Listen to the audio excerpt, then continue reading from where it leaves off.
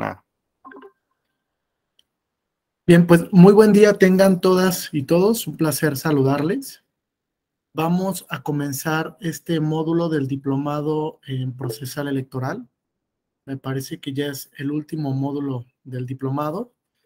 Vamos a charlar sobre dos tópicos que son relevantes. Uno son las acciones de inconstitucionalidad en materia electoral y el diverso del que vamos a hablar es respecto del control de convencionalidad como sistema complementario y algunas sentencias relevantes que se relacionan con el ejercicio de los derechos político-electorales. Bien, me voy a presentar. Les pediría amablemente que prendieran sus cámaras. Está en el reglamento que les compartieron. Es la manera incluso en la que se pasa la asistencia y es la manera en la que ustedes pueden tener derecho a el diploma de esta actividad académica. Entonces, en la medida de lo posible, les pediría por favor que cumpliéramos el reglamento para que se pueda pasar la asistencia conducente. Bien, soy el maestro Jesús Cadena Alcalá, soy licenciado en Derecho, maestro en Derecho Constitucional y Derechos Humanos, soy profesor de la Escuela Judicial adscrito a la unidad académica.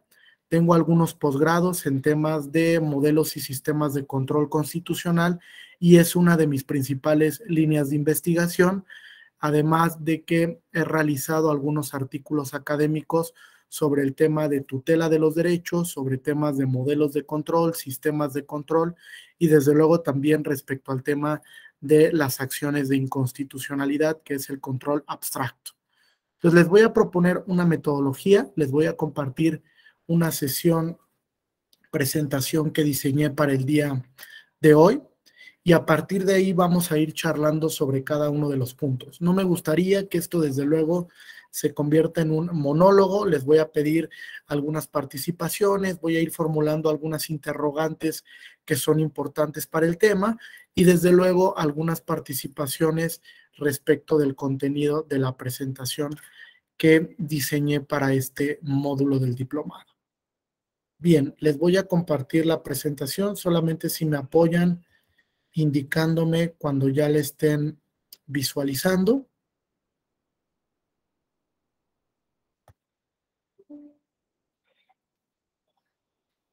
Perfecto, ya se ve, ¿verdad?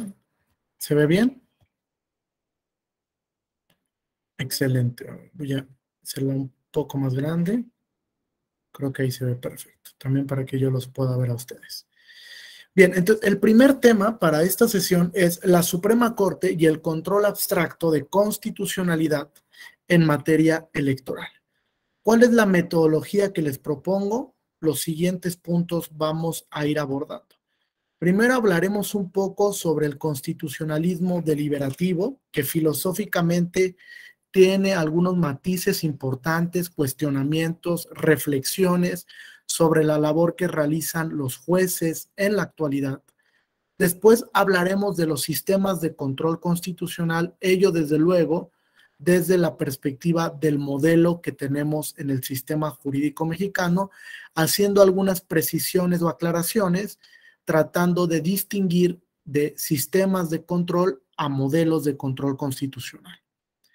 Y finalmente hablaremos sobre el nacimiento de la acción de inconstitucionalidad y cuáles son algunas de las particularidades en materia electoral, recordando que la Suprema Corte es el órgano jurisdiccional que tiene la competencia exclusiva para conocer de la acción abstracta de inconstitucionalidad.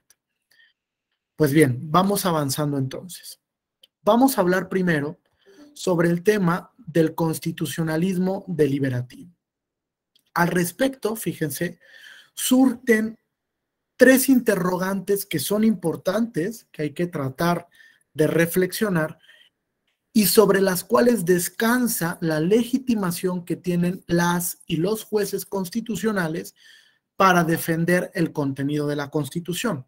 Ustedes saben que a partir de la reforma de 10 de junio del 2011, los tratados internacionales que prima facie reconozcan un derecho humano entraron en un proceso de constitucionalización. es decir, se constitucionalizaron, lo que implica que en el sistema normativo se creó un bloque de constitucionalidad. Ese bloque de constitucionalidad es el que precisamente nos sirve para establecer cuál es el parámetro de validez de una norma. Y ese parámetro de validez es el que yo voy a seguir como órgano jurisdiccional para determinar o no la constitucionalidad y o convencionalidad de una norma de carácter general. Por regla, y así lo sostuvo desde 1928 el profesor Hans Kelsen, todas las normas son susceptibles de control constitucional. Todas las normas. Es decir, a todas las normas en algún momento las he de poder someter a control constitucional para verificar su regularidad. Es decir, para ejercer un examen de compatibilidad de la norma frente al contenido de la Constitución. Una Constitución, Claudia, en sentido amplio, porque, decía yo, los derechos humanos de fuente internacional también forman parte del contenido constitucional. Es decir, Joel, esas normas de fuente internacional adquieren fuerza vinculante constitucional y desde luego vienen a reformular el contenido de la Constitución o del principio de supremacía de la Constitución. ¿Cuándo se habló, Guillermo, por primera vez del principio de supremacía de la Constitución? En 1803, en una sentencia que emite la Corte Suprema de los Estados Unidos, Marbury versus Madison.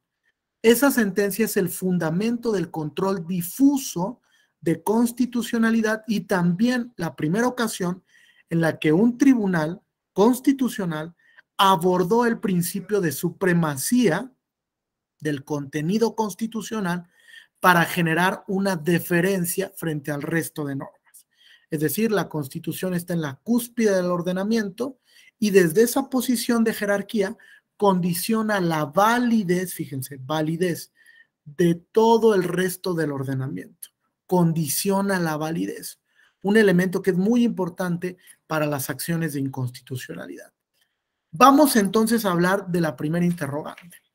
¿Cuál es la legitimación democrática de los jueces?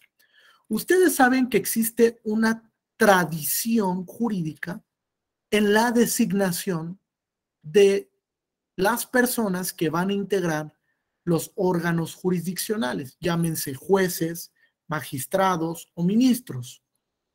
Y esa tradición jurídica nos ha llevado a que esos nombramientos no son electos vía democracia representativa. Es decir, no existe en la actualidad, salvo en el sistema normativo boliviano, una elección directa por parte de las personas que van a integrar este tipo de órganos jurisdiccionales. No es a través del voto directo como este tipo de instituciones adquieren su legitimación democrática, porque no existe per se un acto representativo.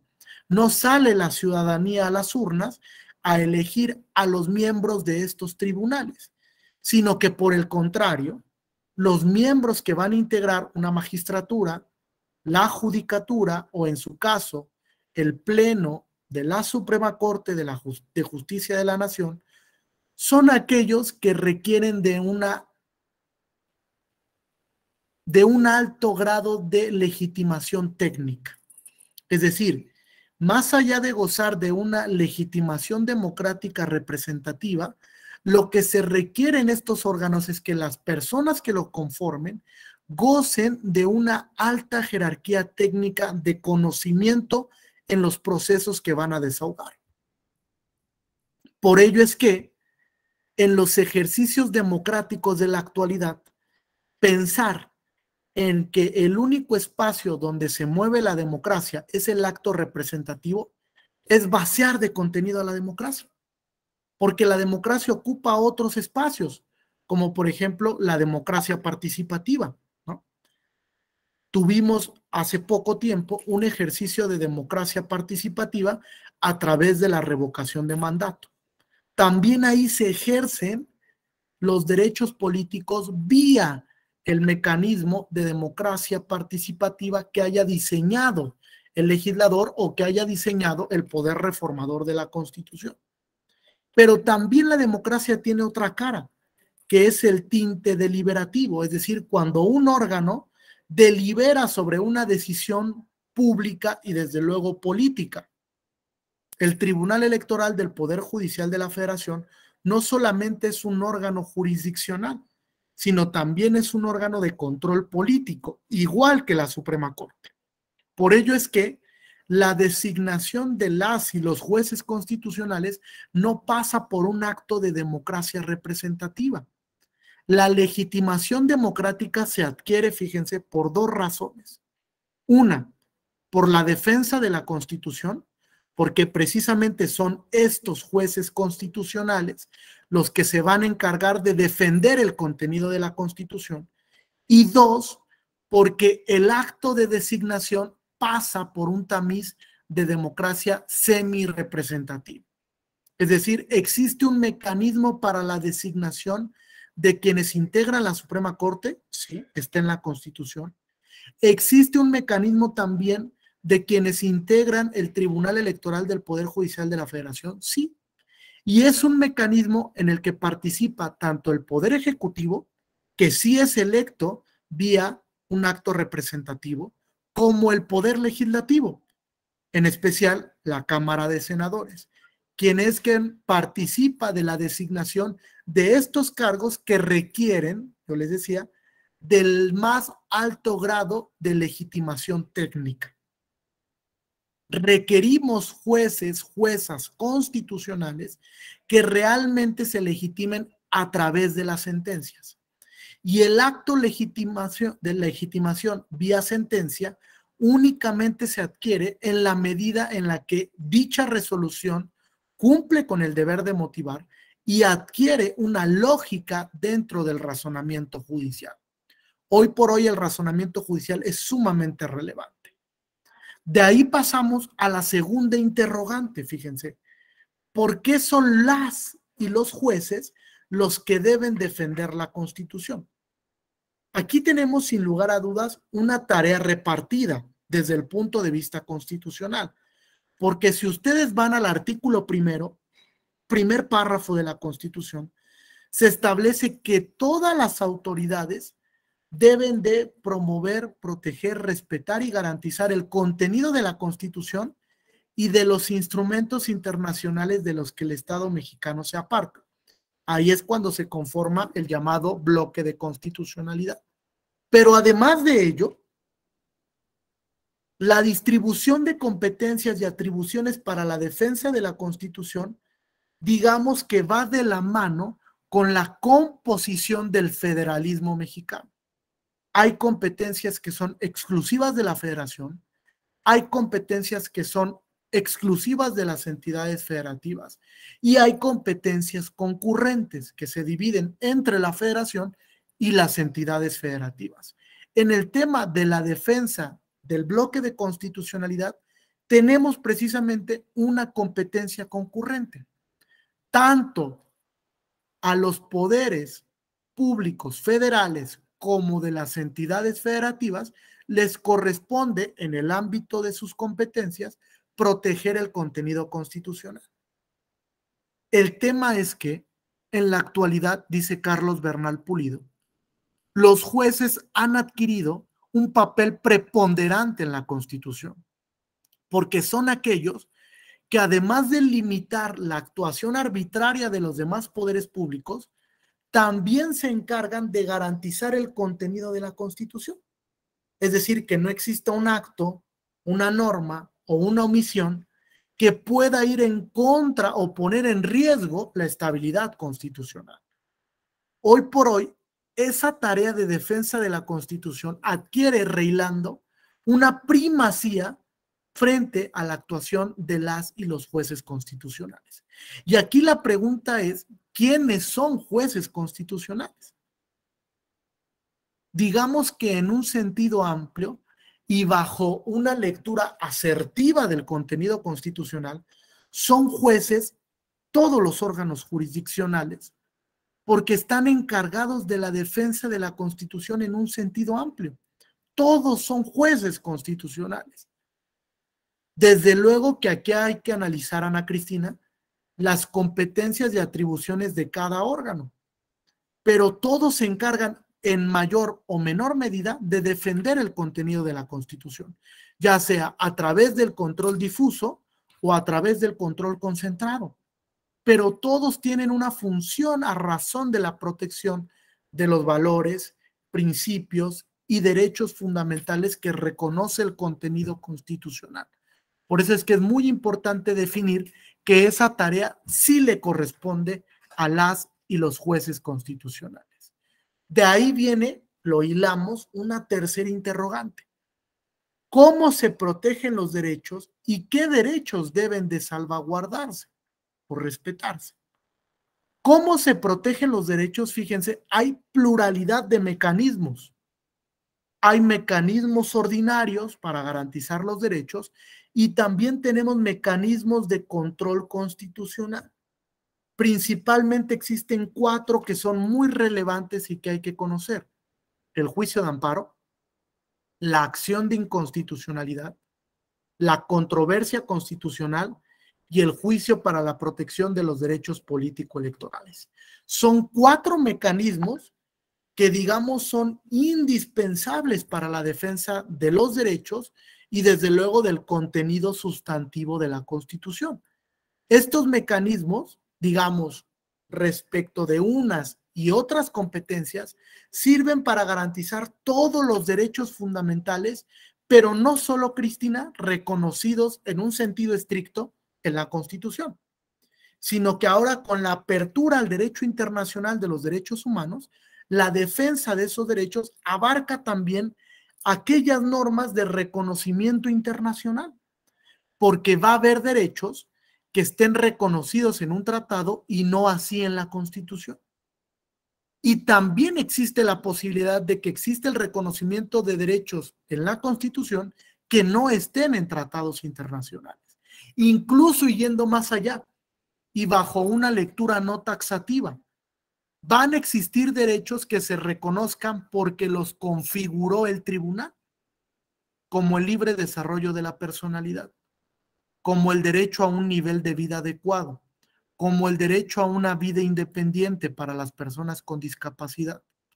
Son derechos que se han creado vía interpretación creativa o contextual, es decir, que el contenido esencial del derecho lo creó el tribunal y en el momento en el que lo creó, Víctor, lo volvió exigible. ¿Qué quiere decir? Que ante una lesión o vulneración por un poder público o por un particular, puedo acudir a un mecanismo jurisdiccional para exigir la defensa de ese derecho. Desde ese momento se abre la apertura a la defensa del derecho. Entonces tenemos varias vías para establecer la defensa de esos derechos fundamentales. Fíjense, sin lugar a dudas, se ha dado un fenómeno de constitucionalización del derecho internacional de los derechos humanos, que trajo consigo no solo la incorporación en sede constitucional de las normas de fuente internacional que prima facie reconozcan un derecho, sino que también generó la conformación de este bloque que sirve para contrastar el contenido de un acto o una disposición frente al contenido de las normas que ocupan una primacía en el ordenamiento. Y ese grado de primacía, dice Eduardo Ferrer, se adquiere porque hay una deferencia normativa. La Constitución está aquí, la norma o el acto enjuiciado está acá. Para que esa norma o acto sea válido, debe revestir compatibilidad. Aquí es cuando la Constitución se convierte en norma parámetro, norma que sirve para verificar la validez normativa de ese acto o de esa disposición de carácter general. Es una norma condicionante. Ahora, como norma condicionante la Constitución y las normas de fuente internacional han conformado este parámetro de regularidad a razón de 4 elementos: la Constitución General, las normas de fuente internacional que reconozcan prima facie un derecho humano, la jurisprudencia del Poder Judicial de la Federación en materia de derechos fundamentales y los criterios emitidos por la Corte Interamericana de Derechos Humanos. Todos los criterios hoy por hoy, Verónica, son vinculantes, todos los criterios hoy por hoy de la Corte Interamericana, porque así lo dispuso la Suprema Corte en la contradicción de tesis 293 del 2011. Esa contradicción de tesis es la que estableció que la jurisprudencia interamericana, aun cuando México no haya sido parte de la opinión consultiva o del caso contencioso, es vinculante para todas las autoridades. Desde luego, Noemí, con un especial énfasis en las autoridades jurisdiccionales, porque así lo sostuvo la Corte Interamericana desde el caso Hellman contra Uruguay, algo de lo que platicaremos el día de mañana. Hasta aquí, ¿hay alguna duda o pregunta? Me voy deteniendo. ¿No? ¿Ninguna duda ni pregunta? Ok, avanzamos entonces. Fíjate, Guillermo, en la actualidad, en el constitucionalismo contemporáneo, existe un debate muy interesante a razón de algo que se llama el argumento contramayoritario. ¿Lo habían escuchado alguna vez? Esta teoría del argumento contramayoritario. ¿No? ¿Nadie? Bueno, fíjense, el argumento contramayoritario cuestiona gran parte de lo que yo he sostenido e incluso cuestiona las bases del constitucionalismo deliberativo por una principal razón. Yo les mencionaba, los jueces no son electos democráticamente, ¿están de acuerdo? No hay un mecanismo de acto representativo para la selección de jueces, más allá de la propuesta que envió el Poder Ejecutivo a la Cámara de Diputados para elegir, por ejemplo, a los integrantes del Tribunal Electoral del Poder Judicial de la Federación, en especial de la Sala Superior, vía ejercicio democrático representativo, ¿vale? Es una propuesta nada más. Habrá que ver cómo se discute en el Congreso de la Unión para una reforma constitucional, ¿vale? Entonces, el argumento contramayoritario cuestiona, digamos, la legitimación de los jueces para invalidar, por ejemplo, una norma por el hecho de que no son electos democráticamente. Uno de los grandes precursores actuales del argumento contramayoritario es el profesor Earl Warren. Él estableció, fíjense, dos posturas que son importantes para cuestionar este argumento contramayoritario. Earl Warren sostiene que la legitimación democrática de los jueces únicamente se adquiere a través de la defensa de la Constitución. Son los jueces los principales artífices de defender el contenido constitucional, porque evidentemente están de acuerdo, Claudia, que existen actos arbitrarios de los poderes públicos, incluso un uso indebido de la libertad configurativa del poder legislativo, ¿están de acuerdo? Hay normas que desde luego van a ser incompatibles con la Constitución y normas que tendrán que ser declaradas inválidas, por ejemplo, en un control abstracto vía acción de inconstitucionalidad, porque existe un común denominador de excesos en el poder público. De hecho, Kelsen, cuando diseña en 1928 científicamente el Tribunal Constitucional, lo hace bajo la idea de limitar la actuación del poder legislativo, del Parlamento. ¿Y por qué? Porque había muchos excesos, Ana Cristina, demasiados. El legislador emitía normas a todas luces incompatibles con el texto constitucional. Y bajo esa visión, Kelsen dice, necesitamos un tribunal que sea capaz de controlar los actos del poder legislativo y a su vez, Joel, de limitar la actuación de ese poder. Porque con limitar la actuación lo que iba a conseguir era un contrapeso al poder público y evitar los excesos que pusieran en riesgo el contenido de la Constitución. Con base más o menos en esa postura, Warren sostiene que los jueces sí tienen legitimación democrática para la defensa del contenido de la Constitución, pero se enfrenta con uno, digamos, de los grandes creyentes del argumento contramayoritario, es decir, de los que están en contra de lo que pensamos las mayorías. Las mayorías, y no me dejarán mentir, estimamos que sí existe una legitimación de los jueces para declarar inválida una norma. ¿Están de acuerdo? O sea, la Suprema Corte sí tiene legitimación para invalidar una norma cuando esa norma no respeta el contenido de la Constitución. ¿Están de acuerdo? Porque eso lo hace la Corte vía acción de inconstitucionalidad. Anula o invalida una norma cuando no respeta el contenido de la norma superior. Si la mayoría estamos de acuerdo en esto, entonces Larry Kramer dice, tengo que generar un argumento contra esa mayoría. ¿Y qué es lo que cuestiono, Claudia? Primero, no hay legitimación democrática. Segundo, ¿por qué un juez que no es electo democráticamente puede invalidar una norma que fue configurada por un órgano que sí es electo democráticamente? Porque los parlamentos, los congresos, el poder legislativo, sí son electos vía acto representativo democrático. Sí sale la ciudadanía a votar por ellos para que les representen dentro de las labores legislativas. Y entonces dice Kramer, ¿y por qué el juez que no es electo de esta manera, que no pasa por un escrutinio ciudadano, puede invalidar una norma de un órgano que sí tiene legitimación democrática?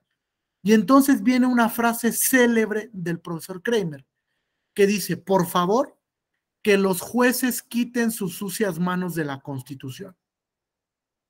Los jueces no tendrían por qué tomar partida, Maribel, de la defensa de la Constitución con la posibilidad de anular una norma. No tendrían por qué, Cristina, porque esa labor, dice el profesor Kramer, le corresponde al Poder Legislativo. Si el Poder Legislativo no está de acuerdo en el contenido de una norma, que la modifique, que la reforme o que la derogue, pero no le corresponde el acto derogatorio a las y los jueces constitucionales. A final de cuentas, fíjense, cuando en acción de inconstitucionalidad se declara la invalidez de una norma, lo que provoca ello en consecuencia es un acto derogatorio. La norma pierde su eficacia. Es como si no existiera más en el ordenamiento, Ana Cristina. Y esa pérdida de eficacia lo que provoca es un efecto anulatorio. Así lo pensó Kelsen cuando escribió la garantía jurisdiccional de la Constitución. Hay que leer ese artículo de Kelsen, que publica en 1928, la garantía jurisdiccional de la Constitución. ¿Bien hasta aquí? ¿Alguna duda o pregunta? ¿No? ¿Ninguna? Ok, vamos avanzando entonces. Bajo esa postura, les preguntaría yo, a partir de lo que hemos discutido en estos 30 minutos, ¿creen ustedes que los jueces, por ejemplo, los ministros de la Suprema Corte, tengan legitimación democrática para defender la Constitución? ¿O el hecho de que no sean electos democráticamente les resta autoridad para definir sobre la constitucionalidad de una norma? Me gustaría escucharles aquí. ¿Hay o no legitimación democrática para las y los jueces? ¿Están de acuerdo, por ejemplo, en la que las y los jueces que integran la Sala Superior o la Suprema Corte sean electos democráticamente? Es un debate actual, ¿eh? Porque la propuesta del Ejecutivo Federal que manda al Congreso de la Unión va en ese sentido, en la que las magistraturas de la Sala Superior sean elegidas vía representación democrática. Es decir, que la ciudadanía vote a quienes van a integrar la Sala Superior. ¿Qué opinan respecto a esto? ¿Hay o no legitimación democrática en la actualidad de los jueces? a pesar de que no son electos democráticamente? Adelante, tienen la palabra. Quien guste participar, desde luego.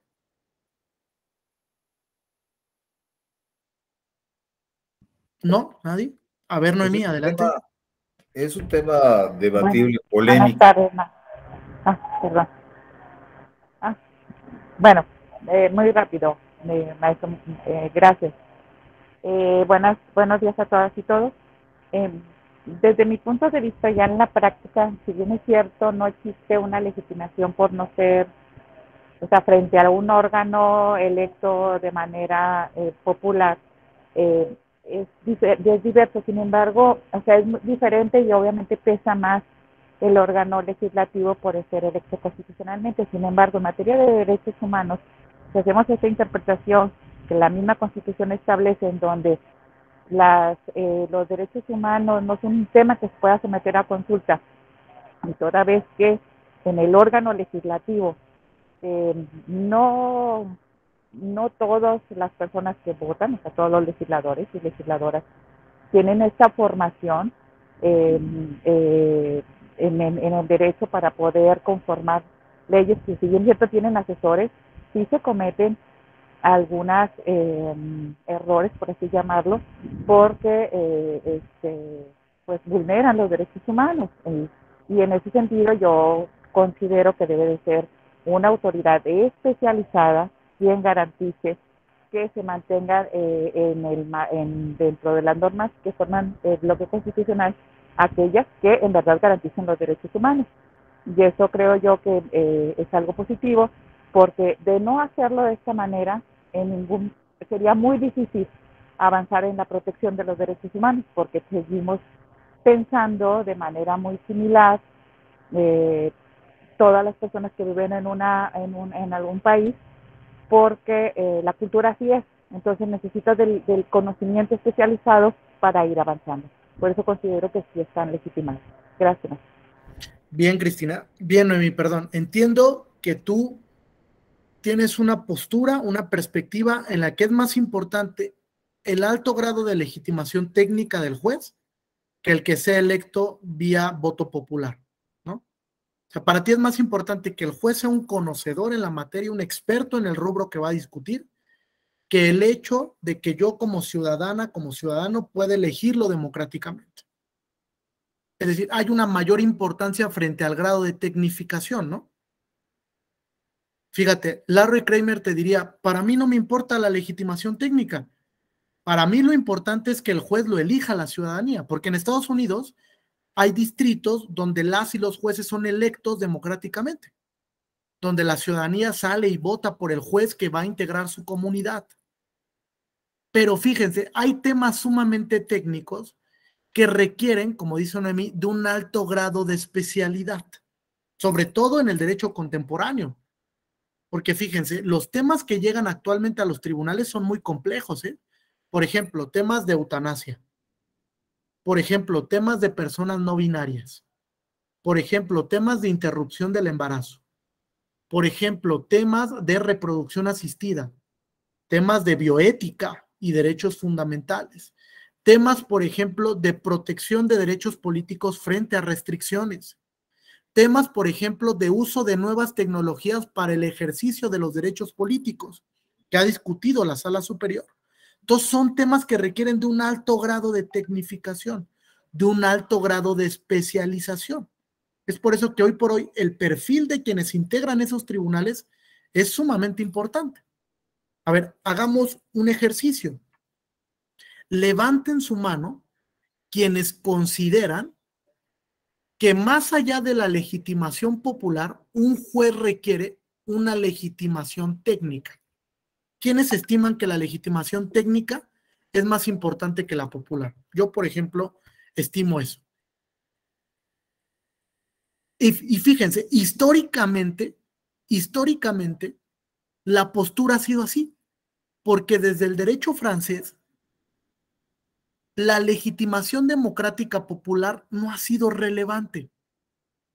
Por eso es que Guillermo, Cristina, Claudia, los jueces nunca han sido electos vía popular, nunca. Existen algunos escenarios donde sí, desde luego. ¿Existe la posibilidad del planteamiento? También, pero habrá que justificar racionalmente el por qué estimo que es mejor que un juez sea electo popularmente a que un juez tenga un alto grado de legitimación técnica, que reúne el mejor perfil. Eso habrá que estimarlo a través de todo un debate. Es decir, si realmente queremos tomar en serio esa propuesta que manda el Ejecutivo, tenemos que primero abrir las puertas para el debate frente a diversos sectores, frente a la judicatura, frente a la academia, frente a las universidades, frente a las barras de abogados, frente a cuerpos colegiados que defienden ciertos derechos para preguntarles, ¿qué es más importante?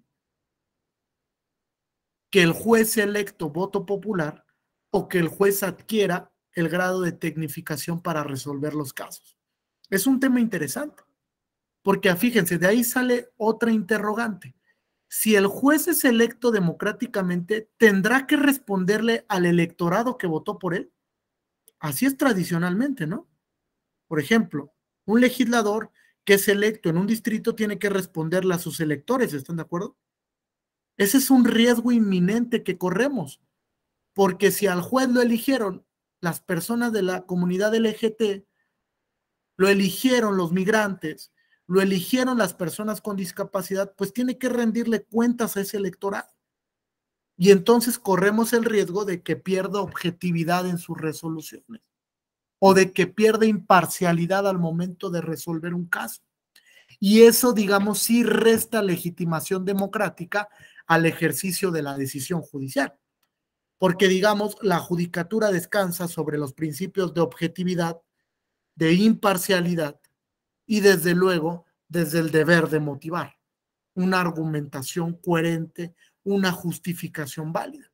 Si le quitamos eso, la decisión simplemente es arbitraria y corre el riesgo de que ponga en riesgo el contenido de la Constitución. Entonces, hay que tener mucho cuidado con esto.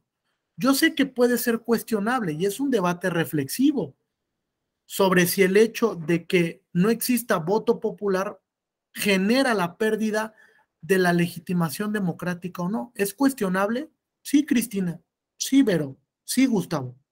Pero para eso hay que generar un espacio reflexivo para poner los puntos a favor y en contra que pueden discutirse a razón de la elección de quienes integran la judicatura actualmente.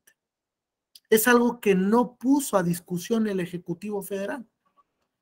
Incluso la propuesta que manda al Congreso Federal parece que es una propuesta muy en abstracto, que ni siquiera sienta las bases sobre qué perfiles, qué personas van a integrar, cuál va a ser el modelo de elección, etcétera. Fíjense, en México, salvo un antecedente, 1824, nunca hemos elegido a los jueces democráticamente.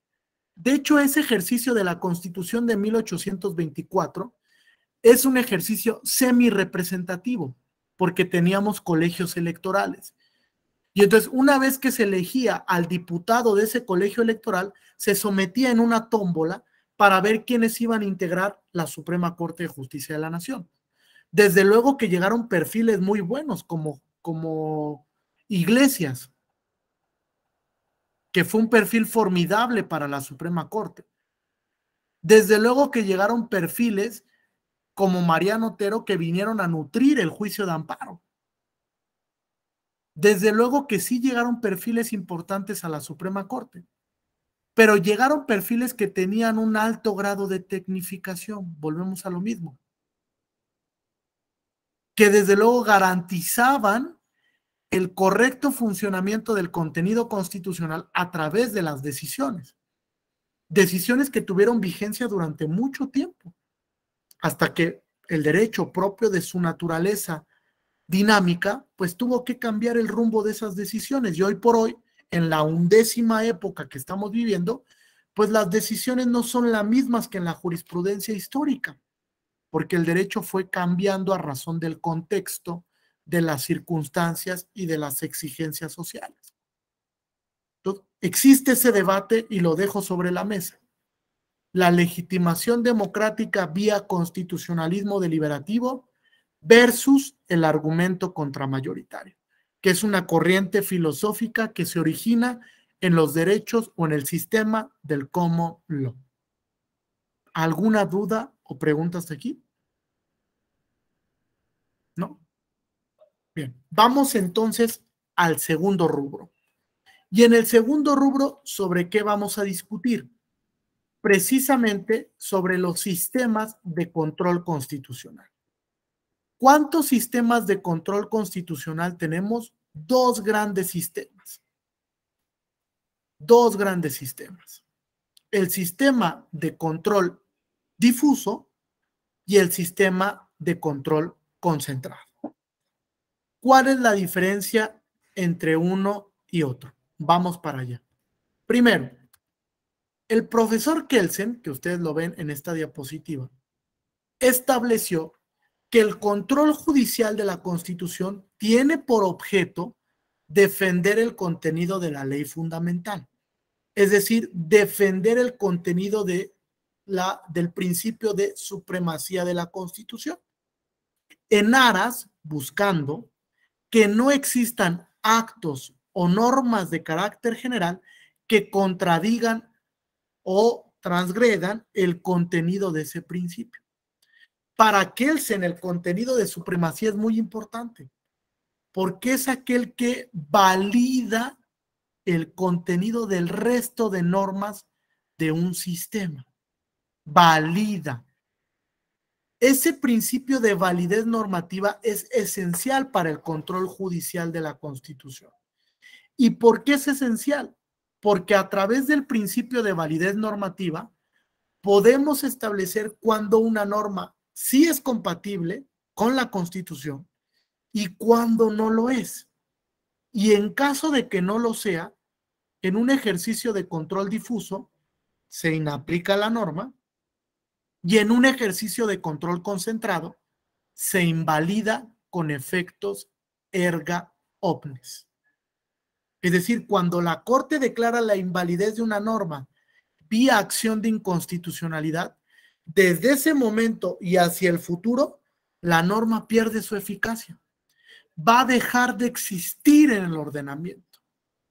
Eso provoca un vacío normativo, ¿están de acuerdo? Y puede provocar en algún momento incertidumbre jurídica. Por eso es que la Corte vincula desde ese momento al poder legislativo, al poder emisor de la norma, para que la regule debidamente y subsane esa deficiencia que se presenta en el ordenamiento, para que la ciudadanía en general pueda conocer, aplicar, interpretar el contenido de esa disposición normativa. Por eso es que los efectos anulatorios o invalidatorios provocan una suerte de incertidumbre, pero una vinculación directa frente al emisor de la norma, para que la modifique, la reforme o en su caso la derogue y busque que esa norma ya no contradiga el contenido constitucional. ¿Bien hasta aquí? Ahora, ¿cuáles son las cualidades de un sistema y otro? Ojo, no es lo mismo sistema que modelo, ¿vale? No es lo mismo sistema que modelo. Modelo existe cuántos estados hay en el mundo, cuántos países hay en el mundo. Cada uno ha adoptado un modelo de control diferente. En el sistema jurídico mexicano tenemos un modelo mixto o híbrido, difuso por todas las autoridades jurisdiccionales y concentrado únicamente por la Suprema Corte de Justicia de la Nación. Solo la Corte ejerce control concentrado. El resto de las autoridades jurisdiccionales locales y federales ejercen control difuso de constitucionalidad y desde luego de convencionalidad. Ahora bien, vamos a ver algunas notas que son distintivas y que son muy importantes. Osvaldo Gossaini sostiene que el control de constitucionalidad implica una actuación ex post facto, después de que la norma fue emitida y entró en vigor. La vigencia de una norma se fija a razón de su publicación para efectos del conocimiento de la ciudadanía, ya sea en el Diario Oficial de la Federación o en los periódicos oficiales de las entidades federativas. Es ahí cuando la norma está sujeta a efectos publicitarios, es decir, la norma ya entra en vigor y se va a poder aplicar por la autoridad competente. Una vez que la norma entra en vigor, entonces se somete a control de constitucionalidad a través de diversos mecanismos. Principalmente tenemos 4 mecanismos para el ejercicio de control de normas en México: acción de inconstitucionalidad, controversia constitucional, juicio de amparo y juicio para la protección de los derechos político-electorales. Son 4 mecanismos donde regularmente se somete a control las normas, ya sea de manera principal en el control abstracto o de manera accesoria en el control difuso. ¿Por qué de manera accesoria en el control difuso? Porque existe una cuestión principal. Se va a resolver un tema litigioso en materia civil, penal, administrativa, fiscal o electoral, y accesoriamente se va a decidir sobre la constitucionalidad, conformidad o no, de la norma frente al bloque de constitucionalidad.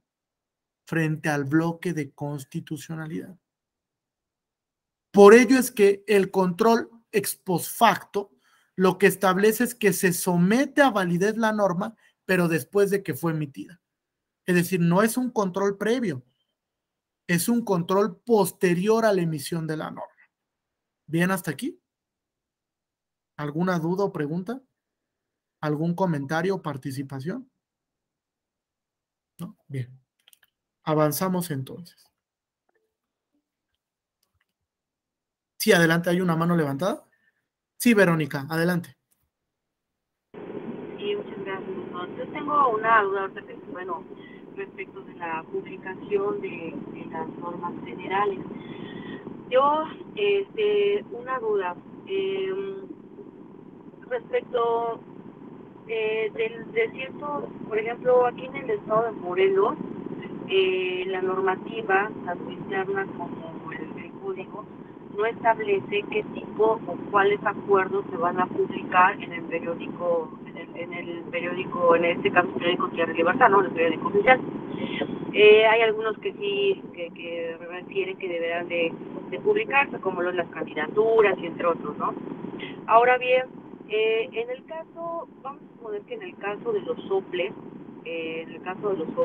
que designen a autoridades instructoras y resolutoras dentro de un procedimiento laboral para sustanciar y conocer los procedimientos laborales disciplinarios en contra de los miembros del servicio. La emisión de ese acuerdo donde designa a estas autoridades debe de ser publicado en el periódico oficial para que adquiera su vigencia y tenga eficacia esa norma y sea observada para todos, o no tendría que publicarse. Esa es una duda. Fíjate, es una pregunta interesante, porque en ese caso estamos frente a algo que llamamos disposiciones administrativas de observancia general, ¿vale? Los soples, además de funciones administrativas, también tienen en algún grado o medida funciones legislativas, porque crean acuerdos generales, porque crean reglamentos, porque emiten circulares, etcétera, ¿vale? O incluso emiten decisiones que son avaladas por el pleno del organismo público electoral a nivel local. Para efectos publicitarios, el OPLE debe de difundir esa decisión, llámese circular, llámese reglamento, llámese decreto, etcétera, a través de un medio oficial de publicidad, para que precisamente todos conozcamos la norma y a partir de ese momento me empieza a correr el plazo para impugnar la norma. Los efectos publicitarios son elementales, porque tanto en el amparo como en la acción de inconstitucionalidad, el plazo me corre a partir de que la norma entra en vigor y se publica en el mecanismo de difusión conducente. Para que yo esté en aptitud entonces de conocer la disposición y en su caso acudir a la vía que yo estime conducente o apropiada. Llámese amparo o si estoy legitimado, llámese acción de inconstitucionalidad. Entonces, si es necesario el efecto publicitario, así es, Verónica, es necesario que se publicite si hablamos de una disposición administrativa de observancia general. ¿Quedó resuelta la duda? Sí, doctor. Ok, refiere que sí es necesario, es indispensable, obligatorio, pero ¿qué pasaría en el supuesto caso de que nunca se hizo pública esos acuerdos en los cuales designan a autoridades instructoras, resolutoras, que si bien es cierto de carácter meramente laboral, tipo administrativo laboral, y también designan un órgano colegiado, pero nunca publicaron esos acuerdos en ese periódico y se llevó a cabo toda una sustanciación, una resolución, hubo un fallo que no le fue favorable, por supuesto, a la parte denunciada. Entonces podría, bueno, en el medio en el recurso, bueno, sería un juicio laboral o en lo que vaya a interponer en contra de esa resolución, entonces tendría que combatir la inconstitucionalidad de esos acuerdos. Sí, claro, desde luego. Desde luego que la norma para efectos prácticos no tiene eficacia porque no se ha difundido, no se ha publicado. Es un elemento importantísimo. De ahí la diferencia entre validez y vigencia. No es lo mismo, no son sinónimos. La validez habla precisamente de la regularidad de la norma frente al bloque de constitucionalidad, mientras que la vigencia es un concepto temporal de aplicación de la norma. ¿A partir de qué momento la norma tiene toda su eficacia para aplicarse en el sistema? Pues a partir de que se publica en un medio de difusión oficial y yo puedo conocer la norma, porque en ese momento estoy en aptitud de impugnar la norma. Si la norma no se publica, ¿cuándo la voy a conocer? Nunca. No tiene efectos publicitarios esa disposición. Entonces, nunca voy a estar en posibilidad de impugnar la norma. De hecho, hay circulares, fíjate, Verónica, de algunas dependencias, secretarías de Estado que no se difunden, no se publican en los diarios oficiales o en los periódicos oficiales. Y entonces, nunca tengo conocimiento de esa circular, de ese reglamento, de ese decreto emitido por la autoridad administrativa. Como no conozco que me van a aplicar la norma, ¿me vincula la aplicación de la norma? Pues no, tampoco me vincula porque no tiene efecto publicitario la norma. Entonces, válidamente, si yo voy a ir a cuestionar, también puedo generar un cuestionamiento frente a la validez formal. Decirle, oye, pero esta norma jamás se emitió. Nunca tuve conocimiento de la norma y no lo pude impugnar, porque no sabía qué venía en esa circular, en ese reglamento, en ese decreto, en esa miscelánea. Y como no lo conocía, pues hay un obstáculo para que yo genere el medio de impugnación correcto para cuestionar, ahora sí, la validez de la norma. Ya no voy a cuestionar la vigencia, sino su validez. ¿Es conforme o no al bloque de constitucionalidad? Y ahí tengo pues varios mecanismos, ¿no? El mecanismo por excelencia, pues es el juicio de amparo, porque es el que me sirve para cuestionar la validez auto o heteroaplicativa de la norma. Fíjate, el concepto autoaplicativo sí se genera a través de un ámbito temporal. Dice la ley de amparo, a partir de que la norma entra en vigor. ¿Y cuándo entra en vigor? Regularmente al día siguiente que se publica la norma, salvo que tenga un artículo transitorio que establezca un plazo posterior. Pero el común denominador es al día siguiente que se publica, y si nunca se publica, pues nunca entra en vigor la norma. Técnicamente. Hay una falta de cumplimiento a un presupuesto formal de vigencia de la norma. ¿Cómo la voy a impugnar si no conozco el contenido? es uno de los elementos que más se actualizan en cuanto a la vigencia, que la autoridad administrativa no publique esas disposiciones de observancia general. Entonces, como no las publica, pues técnicamente nunca me vincula la aplicación de la norma, porque ni siquiera estoy en condiciones de conocer lo que dice esa circular, de conocer lo que dice ese reglamento. Entonces, es muy importante el tema de la vigencia normativa. ¿Sí? ¿Alguna duda adicional? No, perfecto. ¿Avanzamos entonces? Joel, adelante. Está apagado tu micrófono. Gracias, gracias.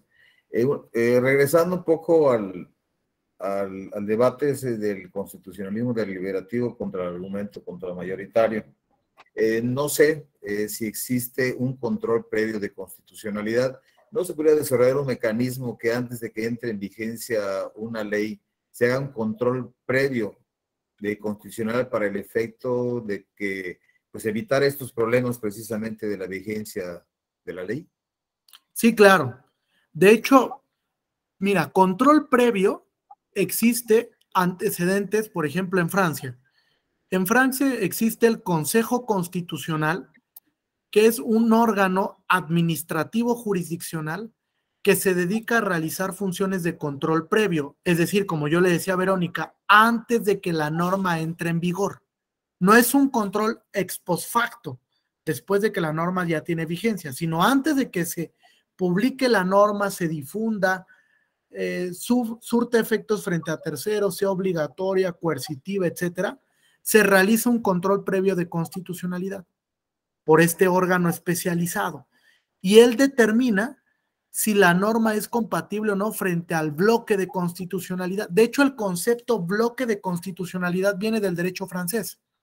Es el derecho francés el que primeramente habló sobre el concepto bloque, circunscribiéndolo al conjunto de principios, valores y derechos reconocidos en una constitución. Entonces, sí existe este control previo. En México, en la justicia constitucional local, también hay mecanismos de control previo.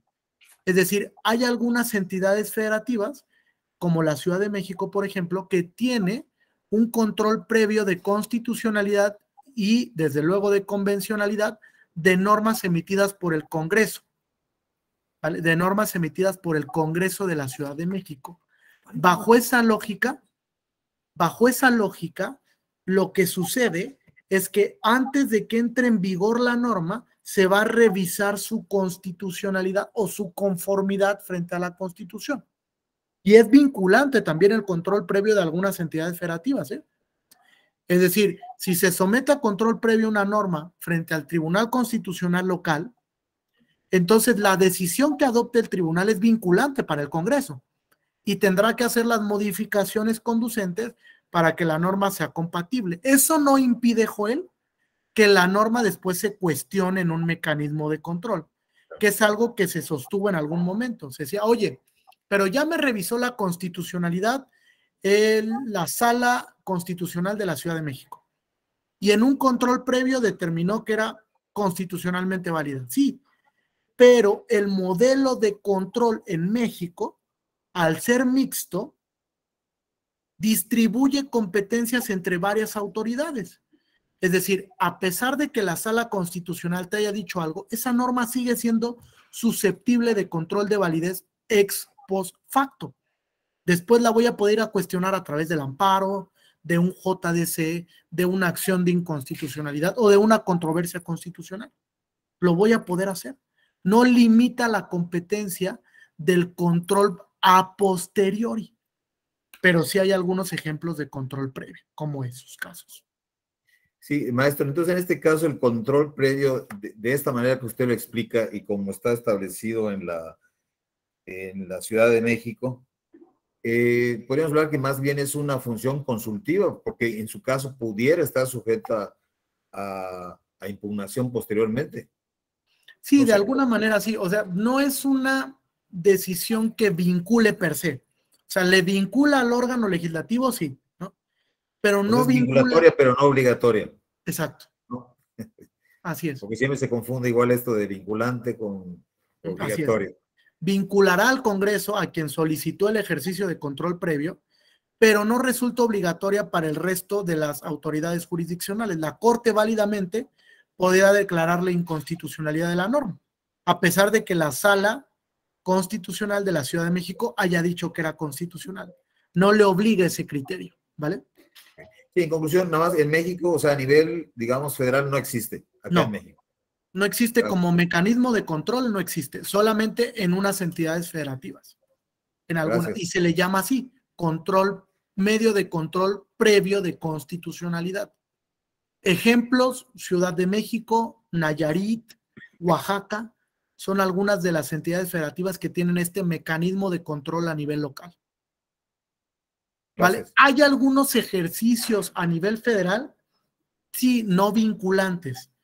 Por ejemplo, hay en el Congreso Federal la Comisión de Puntos Constitucionales que se dedica a revisar la constitucionalidad de ciertas iniciativas que tienen fundamento constitucional. Pero a pesar de que la Comisión de Puntos pueda emitir una opinión en la que diga tal iniciativa es inconstitucional, pues eso no vincula, ¿no?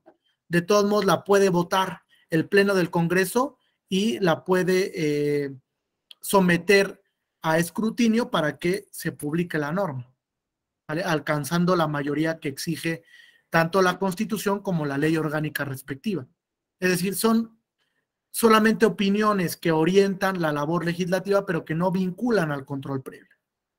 ¿Sí? No como en Francia, que sí vincula el ejercicio que haga el Consejo Constitucional, el Consejo Constitucional. ¿Vale? ¿Sí? Gracias. Gracias. ¿Alguna pregunta adicional? ¿No? Bien. Entonces, fíjense, sistemas de control constitucional jurisdiccional. Tenemos dos grandes: control difuso y control concentrado. Control difuso vincula, Claudia, a todas las autoridades jurisdiccionales y el fundamento es la sentencia Marbury versus Madison de 1803. En cambio, Ana Cristina, el control concentrado se ejerce por un solo órgano especializado que le llamamos Tribunal Constitucional.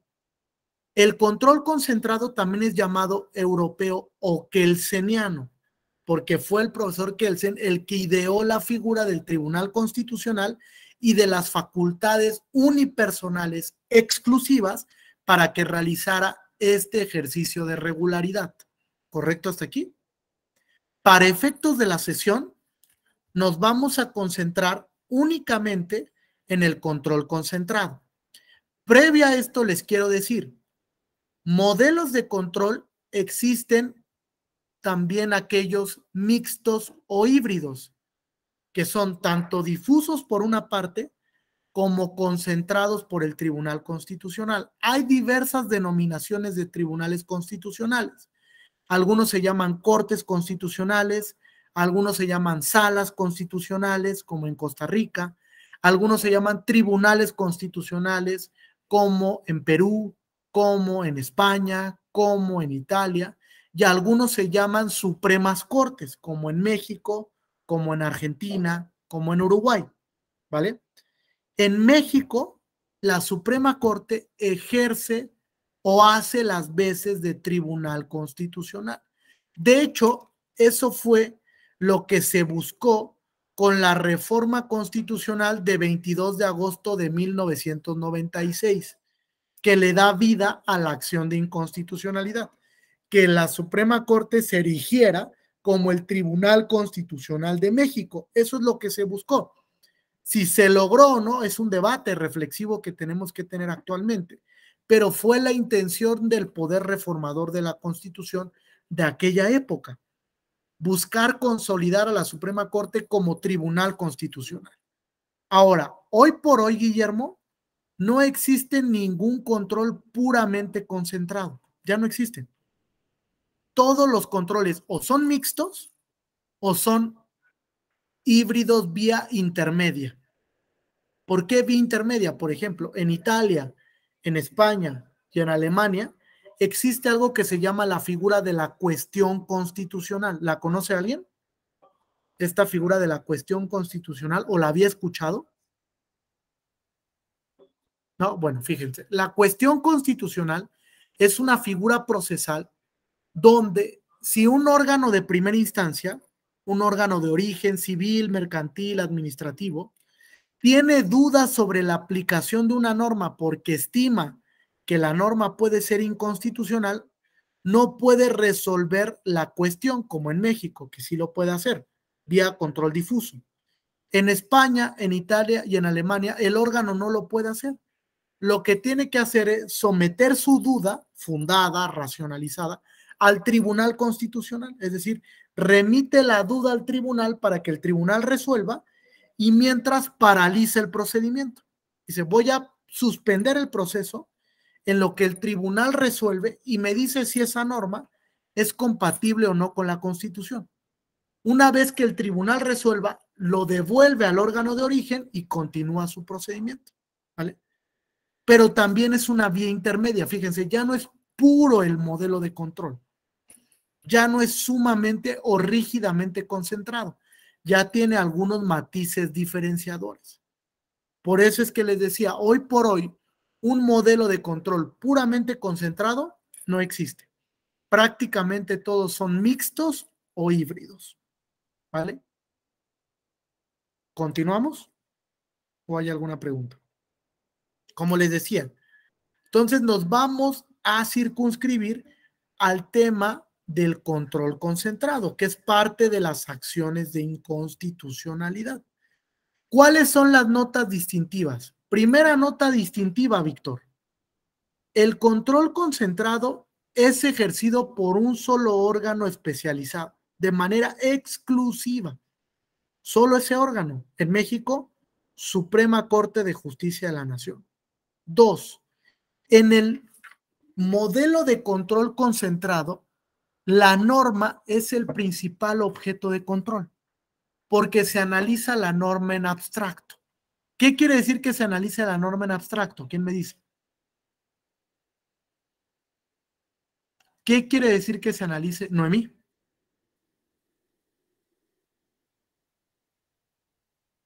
Está apagado tu micrófono. Es cuando analizan la norma sin que haya un asunto específico que se esté resolviendo. No hay un caso concreto, entonces solo en relación a la redacción que establece en la norma. Exactamente. Es decir, no hay ningún caso en concreto que discutir. La norma no se ha aplicado. La norma entró en vigor y desde ese momento cuestioné la constitucionalidad de la norma. Entonces es una cuestión principal porque lo que va a resolver el tribunal solo es si la norma es compatible con el bloque de constitucionalidad o no. Solo eso. No va a resolver ninguna cuestión periférica. Ojo, existe un control pleno de constitucionalidad en estos casos.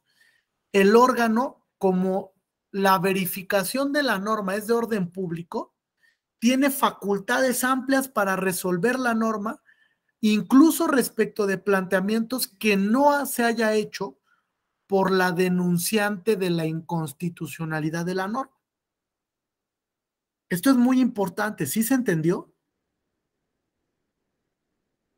¿O no se entendió? Para repetirlo. Es decir, la Suprema Corte en México, cuando ejerce control abstracto vía acción de inconstitucionalidad, tiene amplias facultades para resolver la validez de la norma, con independencia de si quien denuncia la acción, quien si promueve la acción de inconstitucionalidad, lo planteó o no. Puede ser que no lo haya planteado, pero como la validez de la norma es una cuestión de orden público, la Corte puede subsanar los argumentos del control abstracto. Facultades amplias para resolver. Oye, Suprema Corte, resuélveme todo. Resuélveme si esta norma es compatible o no con la Constitución. Facultades amplias de control constitucional. ¿Correcto hasta aquí? Ahora, el efecto de control, fíjate, Ana Cristina, si la norma se declara incompatible con el bloque, tiene un efecto anulatorio ex nunc. Es decir, desde este momento, desde el día 25 de mayo, la Corte declara la inconstitucionalidad de la norma vía acción, vía control abstracto. desde ese momento y hacia el futuro, por regla general, la norma deja de existir, ¿vale? Es un efecto anulatorio. Ahora, hay una excepción. ¿Alguien conoce la excepción? A ese efecto pro futuro. Bueno, en realidad hay dos excepciones, pero hay una que establece la propia ley reglamentaria del artículo 105, que es en materia penal. En materia penal puede haber efecto retroactivo en beneficio, ¿vale? Y también cuando se hayan generado graves violaciones a derechos por la aplicación de la norma, graves violaciones a derechos por la aplicación de la norma. También en ese supuesto se puede dar un efecto retroactivo, ¿vale? Desde que se aplicó la norma, se va a dejar sin efectos los actos de aplicación y hacia el futuro. ¿Bien hasta aquí? ¿Ninguna duda? Ahora, se ejerce, como yo les decía, de manera abstracta sin que medie la aplicación de la norma. No hay ningún acto de aplicación de la norma. Simplemente analizamos la norma desde su vigencia autoaplicativa. Me causa perjuicio con su sola entrada en vigor. Desde luego que hay una legitimación activa. No cualquier persona puede ir a la acción de inconstitucionalidad. Solamente los sujetos legitimados que establece el artículo 105, fracción segunda de la Constitución. Solamente sus sujetos legitimados pueden concurrir a la acción de inconstitucionalidad. ¿Bien hasta aquí? ¿Algún comentario, interrogante o duda? ¿No? Bien. Vamos a avanzar entonces. La objeción a ese control concentrado, fíjense, uno es la soberanía del Parlamento, como yo le decía a Joel. ¿Cuál es la primera objeción? Oye, ¿por qué la Suprema Corte, que esté integrado por ministras y ministros que no son electos democráticamente, va a anular la norma? ¿Por qué la Corte la va a anular? Si la norma fue creada por el Parlamento, que tiene una soberanía en la producción normativa, se rige por el principio de libertad configurativa, una primera objeción. Y una segunda objeción, la división o separación de poderes, es decir, a quien le corresponda en todo caso modificar, derogar o anular una norma es al propio Parlamento y no al Poder Judicial vía Suprema Corte. Son las dos objeciones que tiene el argumento contramayoritario, ¿vale? Para cuestionar la legitimidad de los tribunales constitucionales. Actualmente se sigue discutiendo sobre este tema. Se sigue discutiendo sobre si hay legitimación o no para que la Corte invalide, fíjense, con efectos erga omnes. Es algo, un control muy duro, muy rígido, porque si la norma se llega a la conclusión de que es incompatible con el bloque, la consecuencia es que desaparezca del ordenamiento. Esa es una consecuencia sumamente grave para la norma. Y desde luego grave también para el ejercicio de libertad configurativa del legislador, porque es como si la norma nunca hubiera existido. Entonces, ahí hay varias objeciones que se dan respecto del control concentrado. Vamos avanzando entonces. Fíjense, en la jurisdicción abstracta de constitucionalidad hay tres elementos que hay que advertir. Uno, el objeto de control es la norma. La norma se va a verificar si es válida desde el punto de vista constitucional o no es válida. Segundo, ¿cuál es el criterio normativo? El parámetro de control de regularidad constitucional. Parámetro de control de regularidad constitucional. Ya dijimos que el bloque, fíjense, el bloque es horizontal porque posiciona a la Constitución, las normas de derechos humanos de fuente internacional, la jurisprudencia sustantiva del Poder Judicial de la Federación y la jurisprudencia interamericana en la misma jerarquía normativa. Se ubican en la cúspide. Es el llamado bloque o bloque interpretado de constitucionalidad. ¿Correcto hasta ahí? ¿Sí? ¿Sí queda claro? Ahora, de todo ese bloque, yo voy a elegir la norma junto con su interpretación que me va a servir de parámetro. Entonces, el bloque es horizontal, el parámetro es vertical. Porque una vez que elija la norma del bloque que me va a servir de parámetro, la voy a posicionar aquí, jerárquicamente por encima del resto del ordenamiento. Y las demás disposiciones normativas van a estar supeditadas a respetar el parámetro. Por eso es que el bloque es horizontal, el parámetro es vertical, ¿vale? La norma parámetro para el examen de regularidad constitucional y convencional. ¿Cuál es el resultado, Claudia? Si la norma se declara inconstitucional, el resultado es un efecto anulatorio por regla general hacia el futuro. Se anula la norma, ¿vale? Ahora, hecho o dicho lo anterior, vamos a hablar sobre la acción de inconstitucionalidad. ¿Cuáles son las notas distintivas de esta acción de inconstitucionalidad? ¿Cuál es la razón de la existencia de la acción? Fíjense. En 1996, bajo una reforma constitucional, se establece la competencia de la Suprema Corte para que resuelva la regularidad de una norma en abstracto vía acción de inconstitucionalidad. Desde ese momento, este mecanismo de control constitucional ha experimentado una dinámica razonablemente positiva a lo largo de más de 2 décadas de práctica. Sin embargo, también la dinámica reformista de las normas electorales han supuesto una intensa impugnabilidad de la legislación, no solo frente a ordenamientos nuevos sobre organización de elecciones, sino también respecto de modificaciones electorales en materia federal y en materia estatal. Federal y estatal, ¿vale? ¿Por qué es importante precisar esto? Porque el ejercicio de control vía acción de inconstitucionalidad presupone, fíjense, presupone una distinción entre el análisis formal y el análisis sustantivo. No es lo mismo el análisis formal de una acción que el análisis sustantivo. ¿Qué implica el análisis formal? Fíjate, ¿le puedes dar lectura? ¿Quién no ha participado? Gloria. Gloria, ¿estás en posibilidad de prender tu micro? Creo que se fue Gloria. Cristina, ¿me ayudas, Cristina?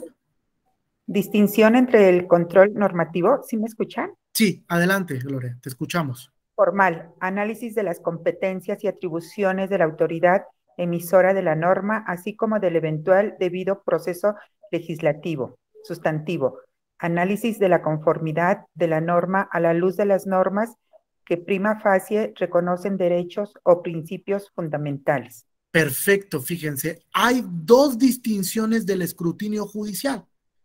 Por una parte, voy a revisar el criterio formal de validez de la norma. Esta distinción ya la había hecho desde 1928 el profesor Kelsen, cuando escribe la garantía jurisdiccional de la Constitución. Y dice, el análisis formal es revisar si la autoridad que emitió la norma realmente es competente para emitirla. Pasa en la materia electoral seguido, que los congresos locales invaden la competencia del Congreso Federal y emiten una norma sobre la cual no tienen atribuciones legislativas. Y entonces viene un control abstracto de constitucionalidad y la Corte declara la invalidez de la norma porque el Congreso de San Luis Potosí no era competente para emitir esa norma, sino era una competencia exclusiva del Congreso Federal, ¿vale? También pasa la invalidez porque no se respeta el proceso legislativo, porque no se escuchan a las minorías, porque no se circulan los dictámenes, porque no se votan debidamente en el pleno ese dictamen, etcétera. Pasa mucho las violaciones al debido proceso y la violación al proceso legislativo en la configuración de una norma puede provocar la invalidez de toda la norma, ¿eh? ¿Ha pasado? Desde luego que sí. Donde la Suprema Corte declara la invalidez de toda una norma porque no se respetó el proceso legislativo. Y entonces va para atrás la norma y otra vez la tarea del diseño configurativo de la norma por parte del Congreso o del órgano emisor de la norma, ¿vale? También pasa mucho en materia electoral que no se respeta la veda normativa electoral. ¿Conocen la veda normativa? ¿Quién se dedica a la materia electoral aquí? ¿Nadie? ¿Nadie se dedica a la materia electoral? Gloria, sí. Gloria, ¿tú conoces la veda normativa en materia electoral? ¿Sí la conoces? ¿Sí? ¿Cuál es? Explícanosla. No debe de haber ningún tipo de propaganda durante los 3 días anteriores a la jornada No, electoral. normativa. Veda normativa. Esa es la veda previa a la jornada electoral, pero hay una veda normativa, ¿no? A ver, Samaria. Que no se pueden hacer reformas a las leyes electorales previo a inicio de un proceso electoral. 90 días antes, fíjense. El artículo 105, en la fracción segunda, establece que 90 días antes de que inicie el proceso, los congresos tienen un impedimento formal para modificar cualquier norma en materia electoral, ¿vale? Si se modifica en este plazo, ¿qué pasa? Pues la norma es inconstitucional porque no respetó la regla de veda normativa. Pasa mucho, fíjense. En el anterior proceso electoral, la mayoría de las acciones de inconstitucionalidad que declararon la invalidez de normas en la materia fue porque los congresos no respetaron la veda electoral y emitieron normas nuevas o modificaciones o reformas durante el proceso electoral o previo al inicio del proceso. Entonces llegó el asunto a la Suprema Corte y la Suprema Corte dice inconstitucionalidad con efectos erga omnes porque no se respetó el artículo 105, fracción segunda. Se vulneró la regla de veda legislativa en materia electoral. Ese análisis, Gloria, es formal. No se ha entrado al tema sustantivo. Solamente se está revisando competencias, atribuciones, debido proceso legislativo y evidentemente el respeto por el principio de veda legislativa en la materia electoral, ¿sí? Sigue siendo un escrutinio en materia formal abstracto. Es el primer paso al que hay que llegar, el escrutinio formal. Superado el escrutinio formal, ahora sí vamos al escrutinio sustantivo. Mande, Vero. Gracias. Ahorita que habla de la normativa, de la normativa de la veda, aquí en Morelos, yo trabajé en un OPLE, estuve en un OPLE como por 5 o 6 años, 6 años casi. Me tocó modificar en el proceso electoral 2000, el pasado, este que pasó en el 2020, me instruyeron y modifiqué un reglamento, especialmente el reglamento del régimen sancionador electoral. Y pues se aprueba por las comisiones, se sube a consejo y consejo pues lo aprueba, el reglamento. Entonces, ese acuerdo que contenía anexo el reglamento, con el cual fue aprobado, pues fue impugnado por un representante de un partido X ante el tribunal. Y resulta que pues el tribunal revocó ese acuerdo manifestando que los 90 días antes y todo. Pero en el informe circunstanciado pues se hizo algunas consideraciones, entre ellas de que pues no era una cuestión, no era una reforma que afectaba sustantivamente las etapas o impacto en el proceso electoral, sino que no se estaba reformando el código, sino su reglamentaria. Y pues cuando en su momento creo que era el presidente del consejo, pues lo quiso impugnar, obvio que se lo desecharon. Y pues no obstante de que, bueno, yo consideré en ese entonces que pues no era la vía para impugnar y no era competente el tribunal para revocar ese acuerdo. Yo, como comento, me consideré, no sé, a lo mejor me saca de la duda o del error, que pues tendría que haber el partido, en este caso quien se dolía, haber promovido efectivamente una controversia. Es mi duda. Sí, claro, si es un acuerdo a nivel local, los partidos políticos tienen la facultad, están legitimados para interponer la acción de inconstitucionalidad, siempre y cuando tengan registro a nivel local respecto de normas locales o registro a nivel nacional. Tienen la legitimación activa. Desde luego que el concepto veda normativa incluye cualquier disposición, Verónica, no solamente las emitidas por el Poder Legislativo, sino cualquier disposición que sea de observancia general. Los soples regularmente emiten reglamentos, emiten circulares, disposiciones administrativas que vinculan para el proceso. A ellos también les vincula la veda electoral, salvo que la emisión de esa norma sea como consecuencia de una sentencia, donde la sala superior diga, respecto del tema de reelección, como no tenemos reglas claras, entonces OPLE, por favor, emite un reglamento, una circular para el tema de tratar de regular el tema de la reelección, porque el legislador de la entidad federativa se le olvidó regular el tema. Entonces no tenemos las reglas claras, ¿están de acuerdo? No cumplimos con el principio de certeza en la contienda, porque aquel que se va a reelegir ni siquiera conoce cuáles son las bases para acceder a esa posibilidad. Entonces, bajo ese supuesto es válido, pero bajo cualquier otro no. La veda legislativa abarca cualquier autoridad que tenga funciones legislativas, a pesar de que sea una autoridad formalmente administrativa, porque materialmente va a emitir una norma que tiene un cierto grado de abstracción y que va a vincular, ¿vale? Que va a vincular.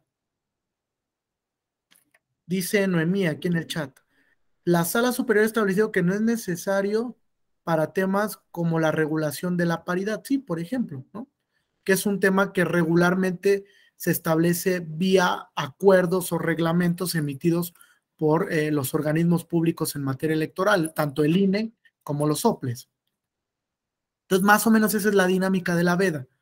Impedir que se modifiquen las disposiciones en materia electoral que provocarían una suerte de incertidumbre, ¿no? O sea, yo ya me estoy preparando para el proceso, ya conozco las reglas y de repente, ¡pum!, me las quieren cambiar. Pues provoca inseguridad jurídica. Entonces, la veda se crea precisamente para garantizar esos principios: seguridad, certeza y desde luego el principio de legalidad. ¿Sí? Entonces, nada más para rematar, entonces sí, el tribunal sí era competente, o sea, sí tuvo, porque pues resolvió y en efecto revocó, entonces era competente. Hay que O ver en qué su caso, mecanismo. O sea, el partido o en su político, ¿a través de qué mecanismo acudió al tribunal electoral a nivel local? ¿Qué interpuso el partido político? un recurso de apelación. Si en el recurso de apelación cabe contra actos emitidos por los soples, pues sí era competente. Aunque digamos que la vía auténtica para impugnarlo como partido político es la acción de inconstitucionalidad. Porque a través del control abstracto lo que logra es, fíjate, la invalidez. En este caso, como es un control difuso, pues sí, se va a revocar, pero únicamente con efectos interpartes, es decir, con beneficio para el partido político. Evidentemente que si es una suerte de interés legítimo, pues puede beneficiar indirectamente al resto de los contendientes, ¿no? Porque no solo se va a ver beneficiado el partido, sino todos los demás a los que se les fuera a aplicar esa disposición administrativa de carácter general. Pero la vía auténtica para impugnar ese tipo de disposiciones es la acción de inconstitucionalidad, aunque hay otros mecanismos. Por ejemplo, vía JDC también se ha intentado impugnar normas de carácter general que pueden perjudicar a ciertos grupos, como los migrantes, las personas no binarias, las mujeres, etcétera. ¿no? También se ha intentado vía este mecanismo impugnar normas. ¿Y es válido? Sí, sí es válido, porque se ejerce vía control difuso de constitucionalidad, no concentrado. Los matices son diferentes. En el difuso se llega a la inaplicación, en el concentrado se llega a la invalidez. ¿Sí? ¿Alguna otra duda hasta aquí? ¿No? Bien. Vamos avanzando entonces. Les decía, primero estamos frente a un control de validez formal y después estamos frente a un control sustantivo. Ya que se superó la validez formal, vamos al tema de fondo, Samaría. ¿Cuál es el tema de fondo? Verificar si la norma respeta o no el contenido de derechos o principios fundamentales. Ahí ya no me voy a ir por el tema formal de debido proceso, de si la autoridad era competente, tenía atribuciones, etcétera, sino que, por el contrario, se va a determinar si la norma es compatible con el bloque de constitucionalidad sustantivo o no, con los derechos que reconoce la Constitución o que reconocen los instrumentos internacionales, ¿vale? A ver, Noemí me dice, el reglamento de quejas y denuncias de Tamaulipas se ha aprobado al inicio.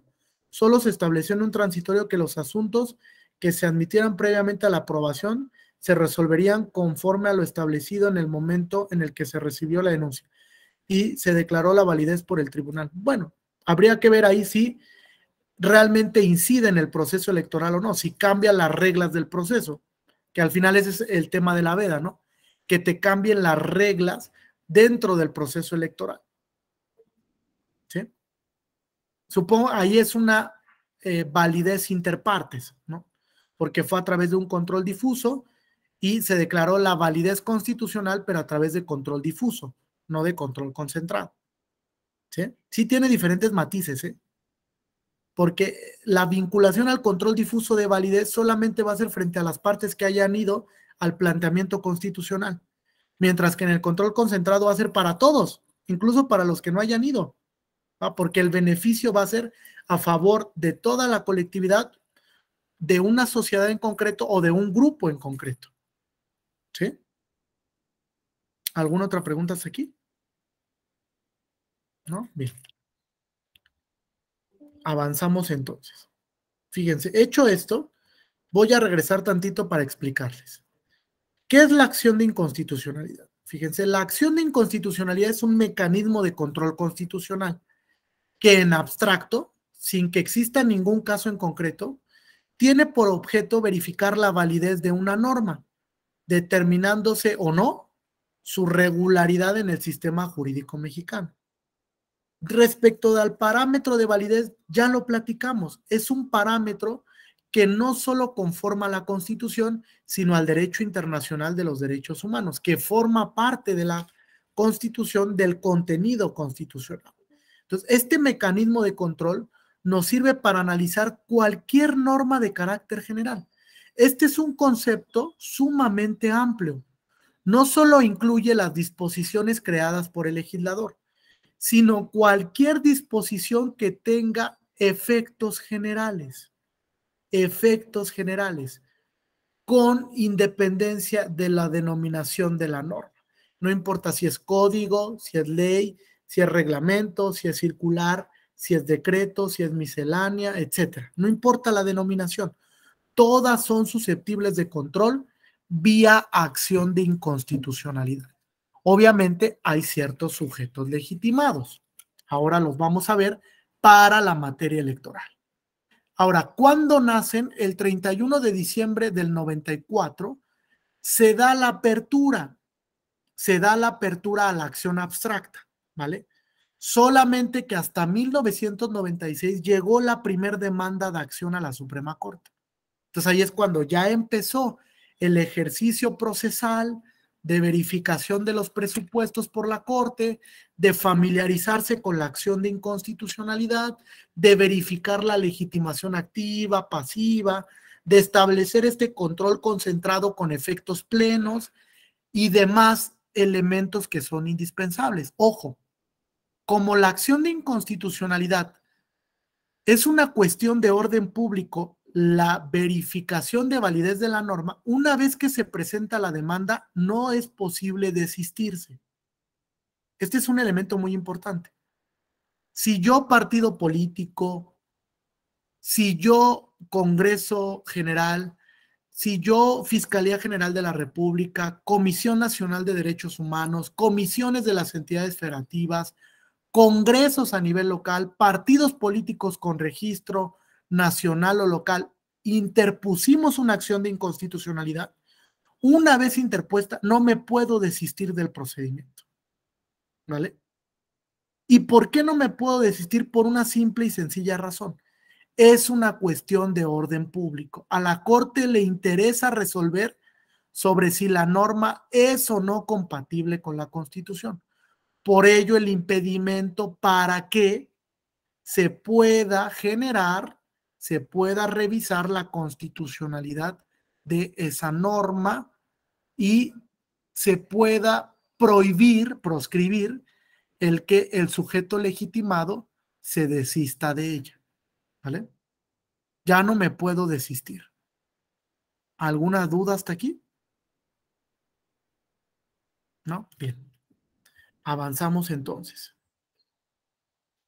¿Cuáles son algunas de las particularidades importantes? Primero, decíamos, el objeto es la norma de carácter general que puede contradecir el parámetro de regularidad constitucional.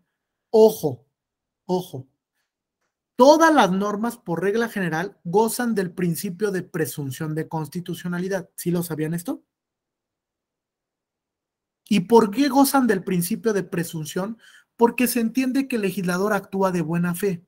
Como actúa de buena fe, entonces, cuando yo voy a un escrutinio de constitucionalidad de la norma, tengo que partir de que la norma va a ser compatible con el contenido de la Constitución, ya sea porque no hay ninguna duda o porque haga un ejercicio de interpretación conforme, donde interprete el contenido de la norma para embolarlo perfectamente con la Constitución, por el principio de presunción de validez. ¿Qué quiere decir? Que la regla general es que se declare la constitucionalidad de la norma y la excepción que se declare su incompatibilidad. ¿Vale? Sí, queda clara esta parte, es muy importante. La regla general, como la norma goza del principio de presunción de constitucionalidad, es que se declare su validez. Y solo excepcionalmente, cuando esto no sea posible, Claudia, entonces sí voy a declarar su inconstitucionalidad. Ojo, prácticamente todas las normas gozan de este principio, excepto las normas discriminatorias. Las normas que discriminan no gozan del principio de presunción de constitucionalidad. ¿Por qué? La Corte ha dicho, si tú interpretas la norma conforme a la Constitución, cuando es discriminatoria, la discriminación no deja de existir. Sigue subsistiendo y eso no lo podemos permitir en el ordenamiento jurídico. Luego entonces, cuando una norma discrimina y viola el principio de igualdad, no goza del principio de presunción. Por ende, no es susceptible de interpretación conforme. ¿Sí? Es decir, no hay punto medio. O la norma se declara perfectamente compatible con la Constitución o la norma se declara inconstitucional. ¿Vale? ¿Qué plazo tengo para presentar la acción? 30 días naturales siguientes a la fecha de publicación de la norma. Ahí está, Verónica. A la fecha de publicación de la norma. La norma se publica y entonces tengo 30 días a partir de ese momento para impugnar la norma vía acción de inconstitucionalidad. Pero necesito del acto publicitario, desde luego, porque tengo que conocer el contenido de la norma. Solamente a través de la publicitación de la norma conozco lo que dice y estoy en aptitud de impugnarla. ¿Sí? El catálogo de sujetos legitimados se reduce a lo previsto en la fracción segunda del artículo 105. Es taxativo, solo los que están ahí. No se pueden incorporar nuevos sujetos. Solo los que establece el 105 fracción segunda pueden interponer la acción. ¿Vale? ¿Y cuál es el efecto? tiene un efecto invalidatorio siempre y cuando alcance una mayoría de 8 votos. Si no alcanza la mayoría de 8 votos en pleno la declaratoria de inconstitucionalidad de la norma, entonces se desestima la acción. Se desestima. ¿Vale? No tiene el efecto invalidatorio per se. Necesitamos de 8 votos en el pleno de ministras y ministros para que el efecto de la declaratoria sea vinculante para todos los órganos y se presente la invalidación de la norma o la invalidez de la norma. De otra manera, se desestima la acción y entonces sí, 7 ministros votaron por la invalidez de la norma o por la inconstitucionalidad, pero no alcanzó la votación calificada que establece la Constitución, por ende, la norma seguirá vigente. ¿Sí? ¿Dudas hasta aquí? ¿No? ¿Ninguna? Perfecto. Avanzamos entonces.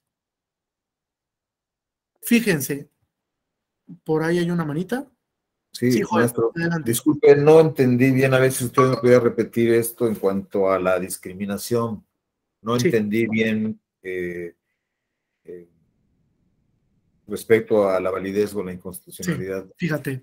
Por regla general, Joel, todas las normas gozan del principio de presunción de constitucionalidad. ¿Sí? ¿Vamos bien hasta ahí? ¿Qué quiere decir? Que antes de llegar a la inconstitucionalidad, debo de preferir la constitucionalidad de la norma o la interpretación conforme. ¿Sí? Es decir, el último lugar al que tengo que arribar es a la inconstitucionalidad de la norma. Es la excepción, no es la regla de carácter general. En México se ha entendido mal. Creemos que la regla general es la declaratoria de inconstitucionalidad y la excepción es que se declare constitucional la norma. No es así, es al revés. ¿Vale? Hay una excepción al hecho de que todas las normas gocen del principio de presunción de constitucionalidad. Cuando la norma provoca un efecto discriminatorio, no la puedo interpretar conforme con la Constitución, porque esa norma excepcionalmente no goza del principio de presunción de constitucionalidad. ¿Cuál es la lógica para aseverar esto?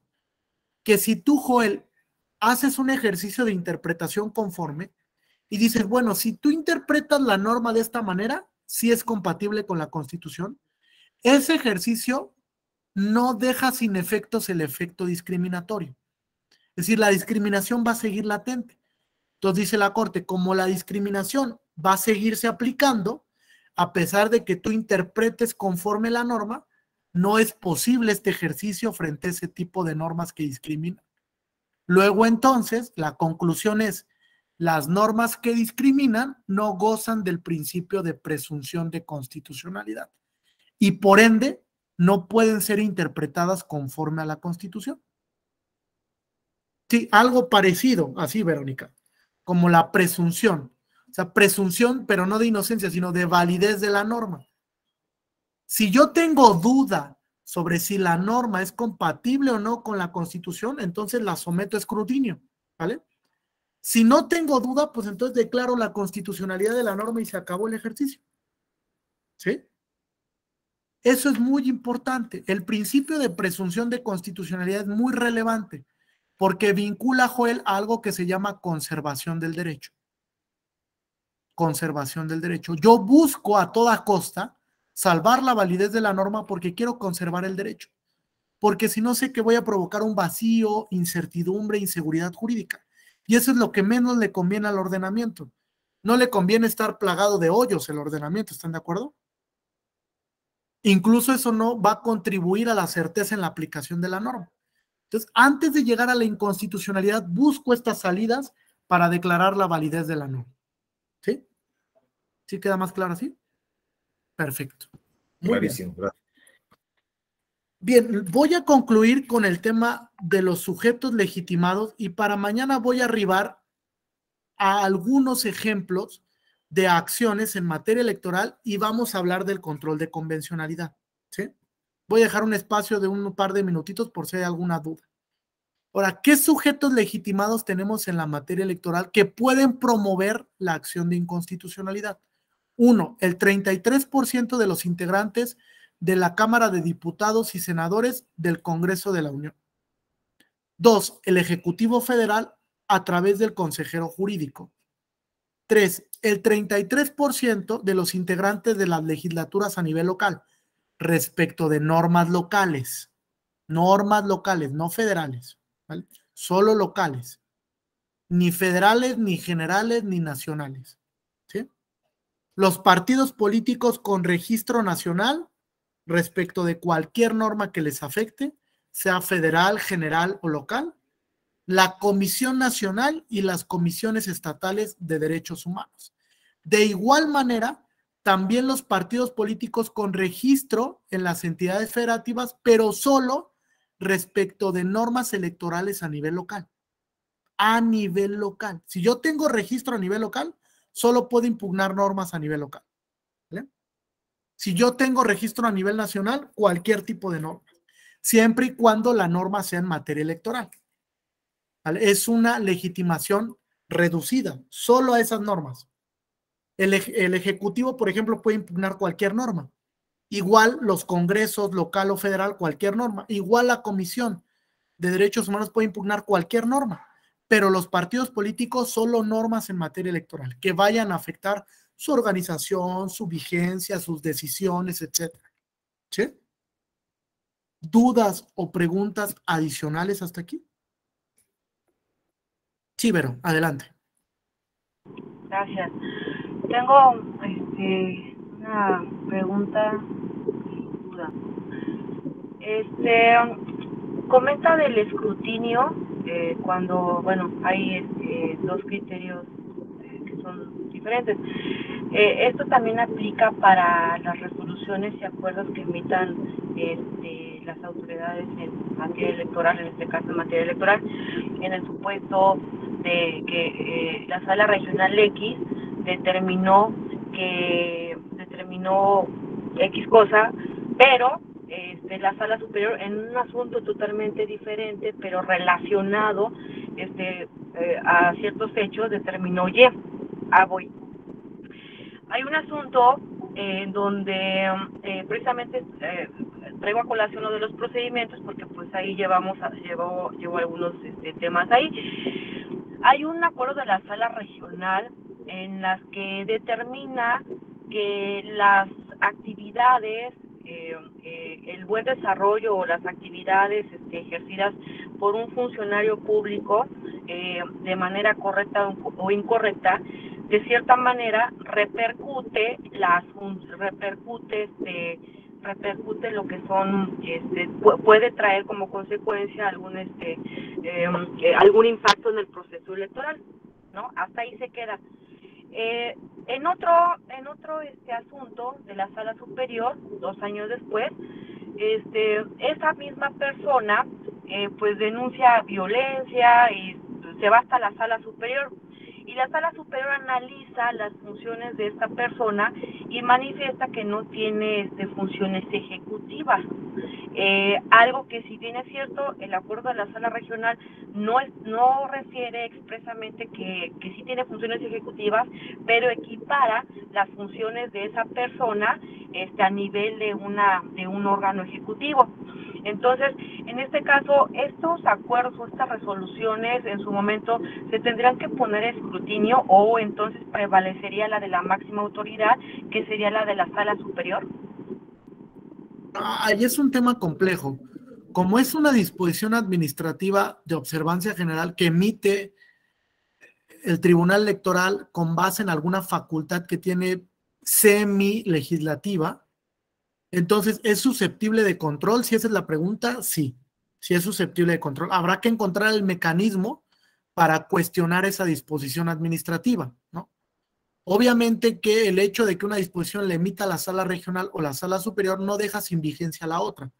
Habrá que ver la materia de una y otra para encontrar la diferencia.